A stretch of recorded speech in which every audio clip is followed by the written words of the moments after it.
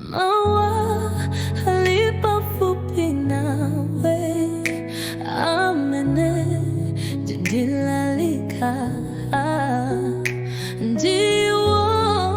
Mawu aupatsa moyo tebula alowe Mawu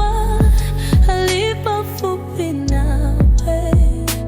amene ndilalika ndiwo Mawu aupatsa moyo tebula alowe ndivomereza ndipaka mwapanga kuti Yesu ndi ambuye ndikukhulupirira mumtima mwanga kuti anaukaso ndikukhulupirira mumtima mwanga kuti Yesu ndi ambuye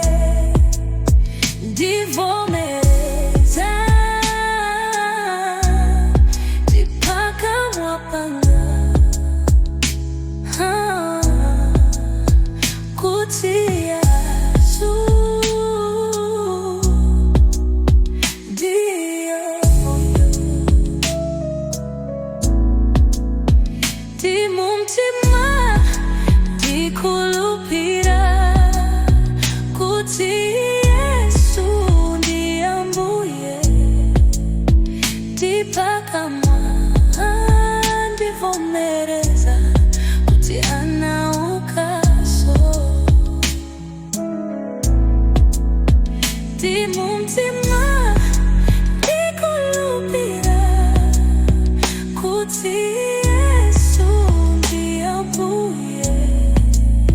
ndipakamwa ndivomereza kuti anaukaso ndivo